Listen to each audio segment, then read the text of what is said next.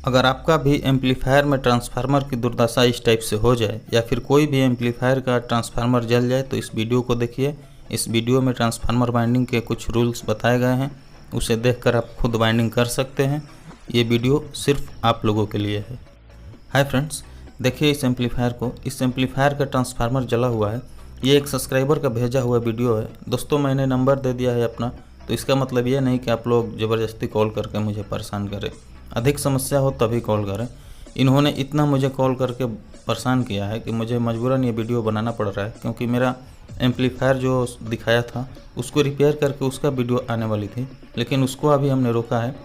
तो इनके इतना प्रेशर था कि नहीं डालना ही होगा, तो मैं डाल रहा हूँ। इस एम्पलीफायर में ट्रांसफार्मर जला हुआ है, तो ये स्ट्रेंजर है या लोकल है मुझे तो नहीं पता, लेकिन इस एम्पलीफायर का जो ट्रांसफार्मर है उसका डाटा मैं दे रहा हूँ। इस वीडियो को पूरा देखिएगा। इसमें क्या समस्या है उन्होंने बताया है। हालांकि बोला उन्होंने कि इस बोर्ड में प्रॉब्लम है, इस वजह से जल गया। नहीं, ऐसा नहीं होता है। इस बोर्ड में प्रॉब्लम से सिर्फ ड्राइवर ट्रांजिस्टर जलेगा, बाकी इस बोर्ड के प्रॉब्लम से आपका मेन एसी ट्रांसफार्मर नहीं जलेगा। इस 100 ओम की रेजिस्टेंस जो आप देख रहे हैं बाइसिंग वोल्टेज बना है, उन्होंने कहा है कि बाइसिंग वोल्टेज में भी समस्या है। पहले हमिंग बहुत ज़्यादा आता था, तो हमिंग आने का समस्या ये होता है कि आप 220 वोल्ट से ज़्यादा अगर चलाइएगा तो हमिंग आएगा ही, क्योंकि रेजिस्टेंस से बना हुआ बाइसिंग वोल्टेज है। आप 200 या 200 से 10-20 वोल्ट कम ही चलाएं तो बेहतर होगा। ये बाइसिंग वोल्टेज के लिए 100 ओम 10 वाट की रेजिस्टेंस और 2E2 3 वाट की रेजिस्टेंस, ये लोड रेजिस्टेंस है। ट्रांजिस्टर के इमीटर के लिए एक हीट हो चुका है, तो जो हीट हुआ है उससे आप चेंज ना करें, क्योंकि उससे जला हुआ साबित नहीं होगा। आप ट्रांजिस्टर चेक कर लीजिए जला है कि नहीं जला है। रेजिस्टेंस तो जला नहीं है, इतना कंफर्म मैं कह सकता हूँ। बाकी आप देख सकते हैं इसकी कंडीशन, ट्रांजिस्टर चेक करने पर ही पता चलेगा, वैसे देखने से पता नहीं चलता है। इसका देख लीजिए, ट्रांसफार्मर हीट होकर के जला हुआ है। ये 19 नंबर वायर से बनाया गया है। 120 वाट का एम्पलीफायर 19 नंबर सेकेंडरी कॉइल से कभी नहीं चलेगा। ये मुश्किल से 50 से 55 वाट ही देगा। 12012 है 19 नंबर वायर, तो मुश्किल से 50 से 55 वाट देगा। आप हमेशा इस बात को ध्यान रखिए। और आउटपुट ट्रांसफार्मर तो ठीक है 120 वाट के लिए, लेकिन मेन एसी ट्रांसफार्मर आपका ठीक नहीं है।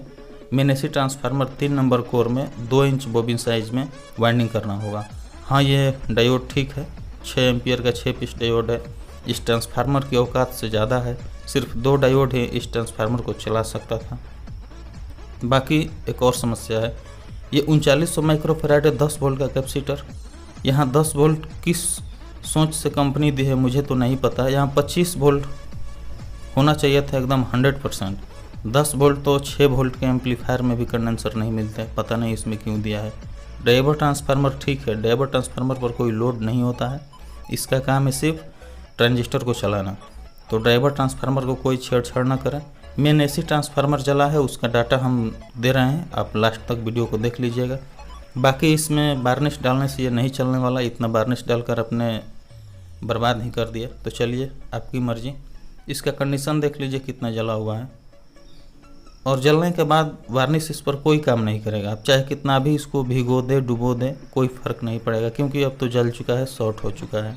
तो इसे रीबाइंडिंग कीजिए। मैं डाटा दे रहा हूँ, कोर नंबर 3 होगा, बोबिन साइज भी बता रहा हूँ। देखिए, एम्पलीफायर ट्रांसफार्मर जो मेन एसी ट्रांसफार्मर होता है, जो 220 वोल्ट से 12 वोल्ट 18 वोल्ट 36 वोल्ट जो भी बनता है, उसका ये डायग्राम है और डाटा है। तो सबसे पहले देखिए, कोर 3 नंबर यूज करना है। कोर कोई भी हो, डाटा यहीं रहेगा, ठीक है। Bobbin size 2 inch. इस एम्पलीफायर के लिए कोर नंबर होगा 3 और बोबिन साइज होगा 2 इंच। तो इसका एक नियम होता है, लंबाई गुने चौड़ाई। लंबाई को हम मान लेंगे, यहाँ आप देख लीजिए B, और चौड़ाई को A, तो इसका क्षेत्रफल A भी होगा। तो सबसे पहले टर्न पर वोल्ट यानी TPV टर्न पर वोल्ट, इसका एक फार्मूला होता है।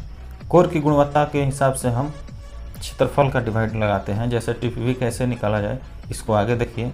TPV के लिए सबसे पहले चौड़ाई और लंबाई को गुना कर देंगे, और जितना आएगा, मान लीजिए कि A और B, यहाँ A चौड़ाई और B लंबाई है बोबिन की, तो A है 1.2 इंच और B है 2 इंच।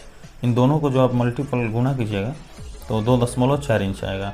अब देखिए, कोर अगर इंडियन हो, जो आयरन से बनता है, उसमें इस कोर को 7.8 में भाग देंगे। अगर कोर जापान वाला हो जो सिलिकॉन C6 बोला जाता है, उसको 7.5 से भाग देंगे।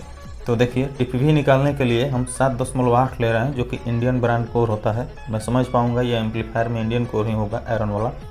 तो 7.8 में 2.4, जो 2.4 क्षेत्रफल आया था बोबिन का, उससे भाग देंगे तो 3.25 टर्न पर वोल्ट आया, यानी 3.25 टर्न देने पर 1 वोल्ट मिलेगा। यहाँ तक आप समझ गए होंगे। अब दूसरा देखिए, 1 वोल्ट के लिए 3.25 टर्न देना होगा, तो 220 वोल्ट के लिए कितना टर्न देना होगा? 220 से गुना करेंगे 3.25 तो 715 टर्न आएगा। तो प्राइमरी कॉयल 220 पर ही चलेगा, 715 टर्न देना होगा। इसके बाद 1 वोल्ट 2.25 टर्न, जैसा कि आपको मालूम है। अब 12 वोल्ट के लिए 3.25 से 12 से गुना कीजिएगा तो 39 टर्न आएगा। ये सेकेंडरी कॉयल के लिए हो गया।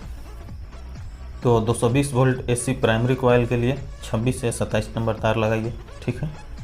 और 12 वोल्ट सेकेंडरी कॉयल के लिए 12-0-12 के लिए 17 नंबर तार लगेगा। ध्यान दीजिएगा, अगर इस ट्रांसफार्मर को 12-0-12 बनाइएगा तो 17 नंबर लगेगा। अगर 0-12 बनाइएगा 12 वोल्ट के लिए तो 15 या 16 नंबर वायर लगाइए। अब आगे ये 100 वाट से 120 वाट तक 100% वर्क करेगा। यही इसका डाटा है, तो आप देख लीजिए और इस हिसाब से अपने एम्पलीफायर का ट्रांसफार्मर वाइंडिंग करा लीजिए या खुद कर लीजिए। तो चलिए मिलते हैं नेक्स्ट वीडियो में एक नई जानकारी के साथ। अपनी समस्या हमसे बताने के लिए बहुत बहुत धन्यवाद। Thank you.